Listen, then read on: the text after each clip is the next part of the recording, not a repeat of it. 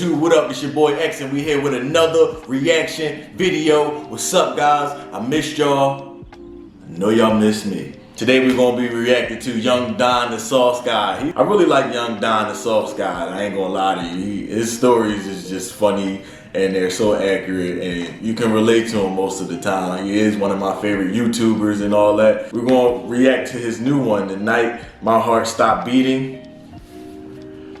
I don't know, man, that seemed pretty good. It seemed like that's gonna be a little deep, you know? Make sure you hit that like and subscribe button because I do need the subscribers. I do need the love, man. I know that I didn't post yesterday.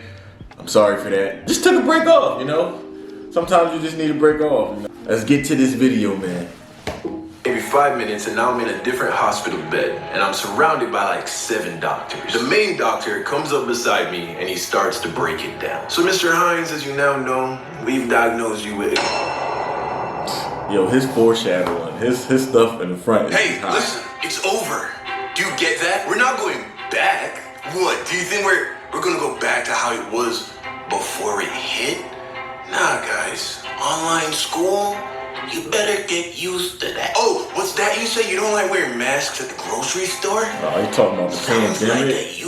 Man. All I'm trying to say, just like how you had to get used to taking off your shoes at the airport after 9/11, you better get used to watching a lot of YouTube. And eventually, you're gonna need more stuff to watch, right? And that's why today, I want to introduce you to Fam Jam Animation. One of the most quality animation channels here. Okay, so this is now they don't tell stories quite like your boy here, but they do make very fun short animations that are high quality, that are funny and nice to look at. They were also the ones that animated the music video for my song Goodbye, so you know they're good at this shit. These guys are good. They are.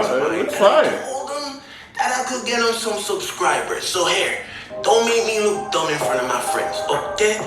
Go subscribe. Hey guys, if you want me to react to Fam Jam animations, just comment down below because that looked like something I may indulge into. So just comment down below. And let them know Young Don sent you.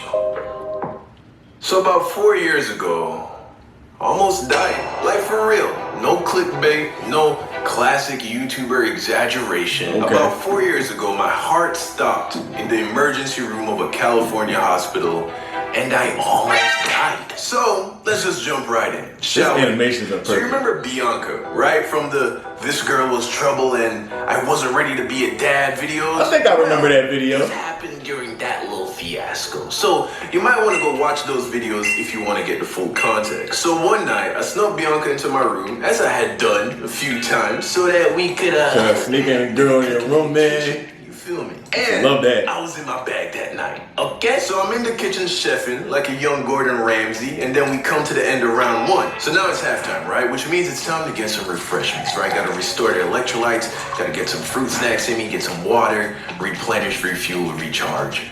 Gatorade. So I sneak out, and it's around midnight, so everybody else in the house is in bed, and I walk to the kitchen to get Bianca and I some water. And the kitchen was at most 50 feet from the bedroom, right? Literally 2 hops and a skip away. Yet, in the short amount of time it took me to walk to the kitchen, by the time I got to the fridge, I was completely out of breath. So I'm thinking to myself, damn, I must have really been killing it. How is Shorty not on life support right now, my G? Cause I've been tired after 1 round, you feel me? So I get the water. We having that type of confidence, and now, I'm breathing heavy, like I just climbed a mountain or something, right? It was clear that something was off. So I sit on the bed beside Bianca and she could see the concern on my face. And she's like, are you good? So I'm like, I don't know.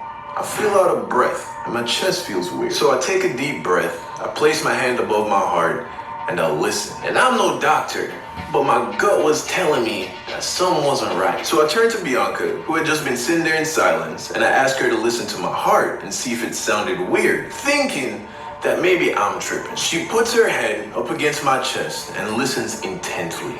After about 10 seconds, she pulls her head back and her eyes were bugging. Oh, she man. looks at me and is like, what happened? I don't know, Don. That doesn't sound good. So I'm like, okay.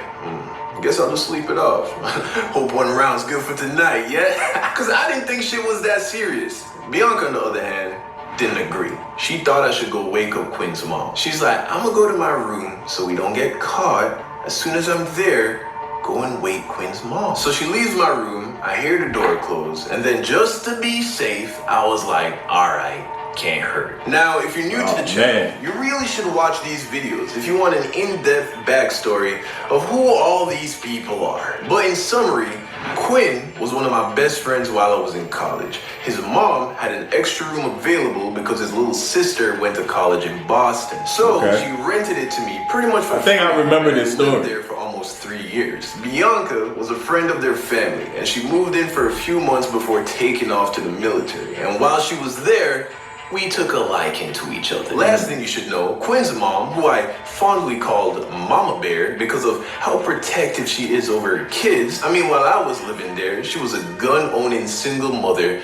with a black belt in jiu-jitsu. Meaning, she could fuck you up if she needed to. Much like a real mother bear, thus the name Mama Bear. And Mama Bear just so happened to be a very experienced nurse practitioner, which is why Bianca wanted me to wake her up so she could listen to my heart. So I walk over to Mama Bear's room, I knock on the door, crack it open, and I'm like, hey Mama Bear, could you come listen to my heart? I think something might be wrong. And by this point, she's already in her mind adopted me as one of her cubs. Like I was the big brown grizzly bear she never had. Big brown grizzly bear never had. Oh wow. Grabs her stethoscope, sits me down, and listens to my heart. So she's doing the whole nurse thing, right? Moving it around, and the whole time, I'm just waiting for her to tell me that I was tripping.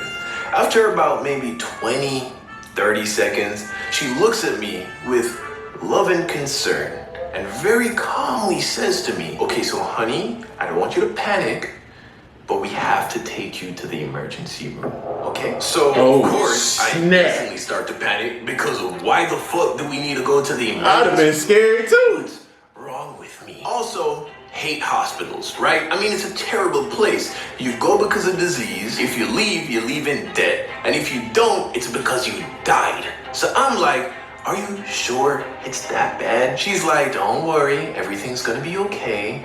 But if we don't go now, this could get very serious very quickly. So I get dressed and we head to the hospital. We pull up and she drops me off at the entrance so that she could go find parking. And before I go inside, she tells me to say a very specific sentence to the nurse at the signing desk. I can't remember exactly what it was now, but whatever it was, work. Because if you've ever been to an ER, you know that you're waiting at least an hour before anyone even takes your temperature. 5 minutes. After I told that nurse what Mama Bear told me to tell her, it didn't even take 5 minutes for them to call my name. So this was clearly serious, right? So they bring me to a room, they hook me up to an EKG, and they're tracking my heart rate.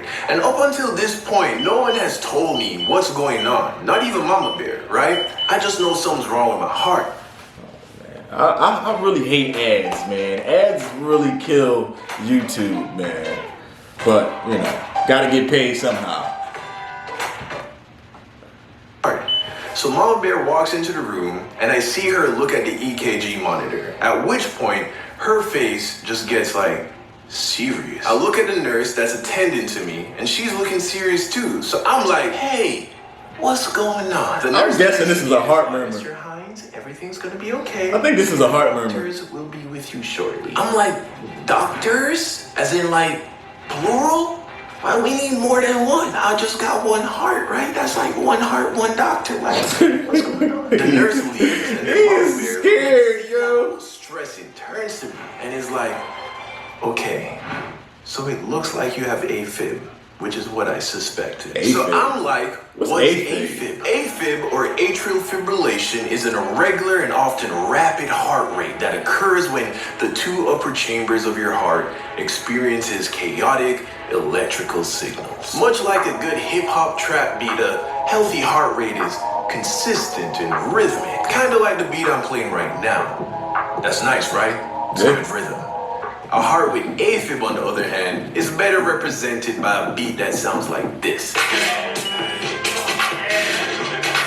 It's a regular, it's fast, it's chaotic. So fast forward maybe 5 minutes Oh, and okay. I'm in a different hospital bed and I'm surrounded by like 7 doctors. The main doctor comes up beside me and he starts to break it down. So Mr. Hines, as you now know, we've diagnosed you with acute atrial fibrillation. And this is very strange because you're clearly a young and healthy male with no history of heart conditions. To be frank with you, Mr. Hines, this condition pretty much only occurs in older people as well as people with defective hearts. So we're not sure why this happened, but we will stop it. So first, I'm gonna ask you to take a big breath in. I want you to hold it and bear down on your bowels as if you're trying to take a shit. I swear to God, that's what he said. So that's what I did. Yo. A minute, checked my heart rate, and then was like, okay, so now we're gonna try something a little more serious. We're gonna attempt some chemical cardioversion.